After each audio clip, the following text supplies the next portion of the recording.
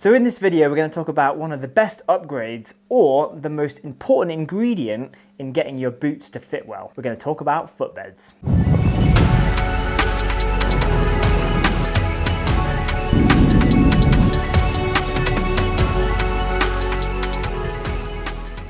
So hello and welcome to my channel. You join me here in Sole Bootlab Chamonix and we're doing a 4-part series on how to get ski boots to fit you the best. If you haven't seen the other videos in this series, I'd strongly recommend you check those out first. The first one was about choosing the right category of ski boots and the second was helping you choose the right shell model. I'll leave a link for those up here and also down in the description. So before we carry on, make sure that you're subscribed down there and you've got the bell notifications turned on. That way you're not going to miss the subsequent video on this topic and also other things that I'm posting on my channel. So on our journey to find ski boots that fit us the best, we've had a look at category selection, we've had a look at how to choose a shell that's going to work really well for our feet. The next step is to figure out which shell size, or rather length, you can fit your meaty little leg stumps into. Here I have a model of a human foot, and feet contain 25% of the bones in the human body.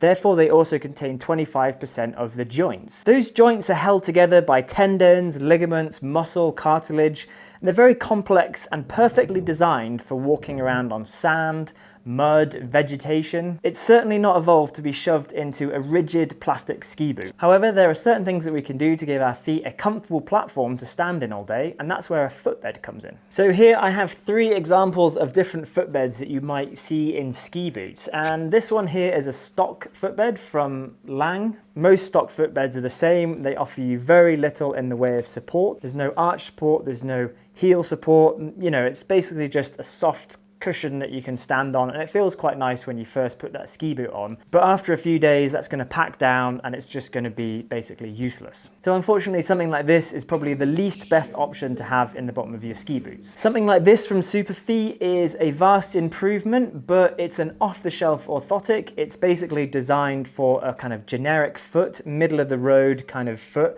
So it's not really custom shaped to your foot shape and size, and it's not going to give you that kind of next level of feeling whilst you're skiing. So a custom molded footbed like this is not only, I think, money really well spent, but it's also, I think, crucial in getting the best fit from your ski boots. I can pretty much guarantee that all the best skiers in the world have a custom molded insole of some description. But just because the best skiers in the world use them doesn't mean that you're not also going to get a benefit from them as well. So a human foot has 3 arches: the transverse arch at the front of the foot here, the medial longitudinal arch, and the lateral longitudinal arch. The medial longitudinal arch is the arch that causes people the most problems because that's supported by muscle underneath the foot, and that can collapse if it's not properly supported. Now, for a caveman running around on mud that's supporting that arch, that wasn't so much of a problem, but for us, standing in a rigid ski boot, that arch can collapse very easily, especially when we're putting a lot of G-force through a turn. The problem with that arch collapsing is our foot will grow in length, and you can actually try this out at home.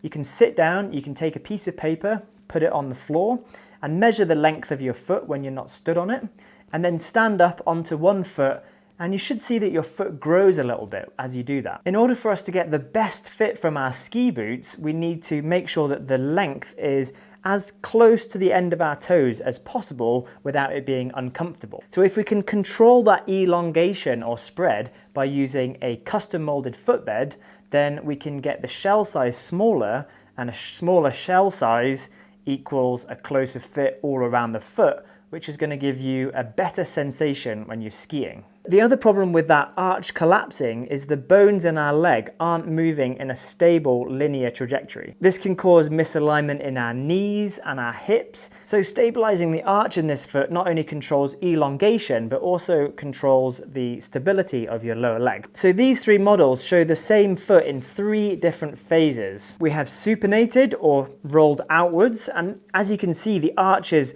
growing here, and the toes are curling up. We've got overpronated, and as you can see, the arch is flattening out, and this tendon and muscle is being stretched, and the foot is extending in length. And here we have neutral, and this is what we're trying to achieve with a custom molded footbed. For skiing, we want a neutral position like this, and that will allow us to flex forward in a linear trajectory. The process of making custom molded footbeds is very hands-on. So these are the constituent parts of a footbed, and the process starts by making a cast of your foot and heating up this element so it's moldable to the shape of your foot. They can then be molded in that cast, and after they've cooled and set to the shape of your foot, they're further heated and molded to make the front part flat to give you a nice platform for your toes. Then it's trimmed to fit into the ski boot you'll be using.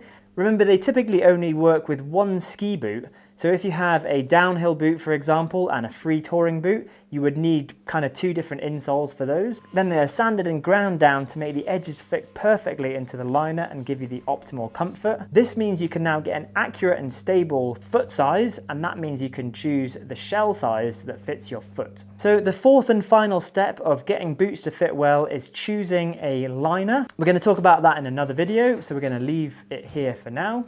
So thanks very much for watching. If you enjoyed that video, make sure you give it a thumbs up. And if you've got any specific questions about anything to do with ski boots, then you can leave a comment down below, and either myself or the guys from Sole Bootlab will respond to those. So cheers guys, I'll see you next time.